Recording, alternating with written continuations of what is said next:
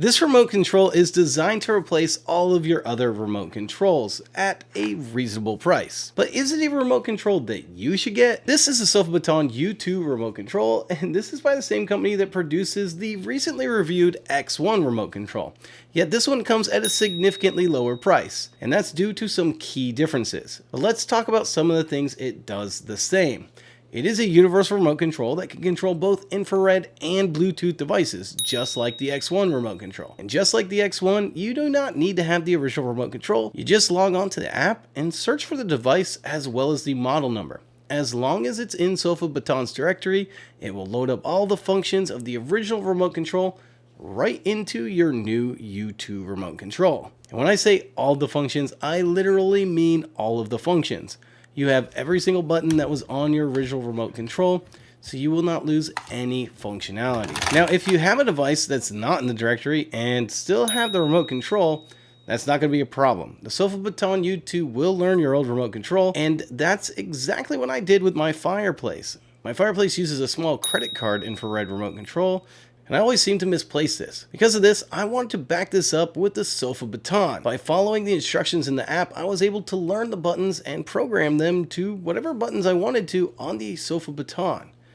And that's important because no matter which remote control that you want to utilize, you can customize the buttons to fit your needs. Not only that, it also does macros.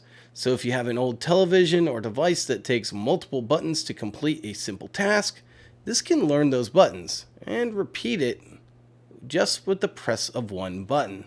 Once you have all of your devices in the remote control, you're going to want to switch to the device to control it. Now to do this, you just use the scroll wheel.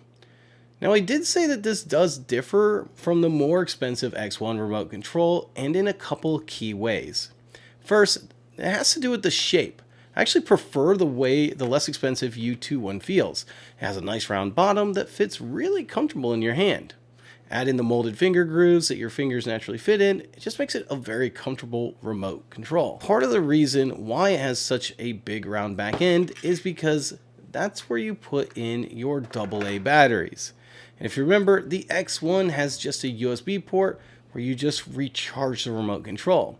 So this one, you will have to be replacing batteries as they go bad. There is one other big feature that's missing on the U2, and honestly, the reason I prefer the X1. See, the U2 doesn't have activities, meaning that if you want to watch a Blu-ray, you'll have to turn on each device individually and switch them to their desired inputs, where the X1 can do all of that for you. For some people, that's not going to be a huge issue because either they don't have a lot of remote controls or you're using CEC. This is where your HDMI will communicate with your devices. So when you turn on, say, your Blu-ray player, it turns on your television and turns it to the right input.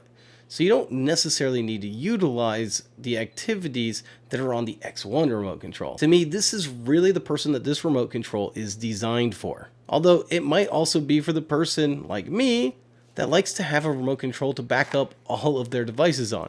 In other words, they want a master remote control. And that's really nice to have on hand. For instance, when I bought a JVC projector secondhand, it didn't have the remote control. Now I could have went out and bought the remote control, but because I have one of these on hand, I can easily program it in the app while retaining all of the original functionality. Now this also works well for anyone that has lost their remote control of something like their surround sound receiver. Not only do you keep your original functionality, but you can take advantage of the macros to change sound modes and inputs. Now there is another issue that you might not be thinking about, and that's that any IR remote control you learn, you will need to point the remote control at the device. So if you're trying to control an IR device that is hidden, you're going to need to purchase a little something extra. However, with a unit like this, it is possible to control those hidden devices. As far as actually using the remote control, I do enjoy it.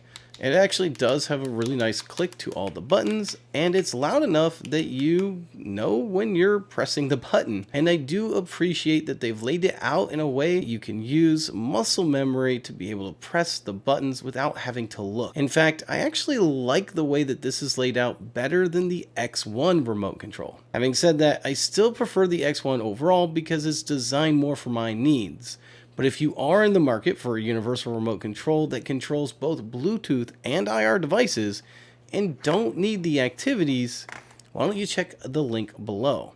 And if this is your first time at the channel, make sure to hit that subscribe button.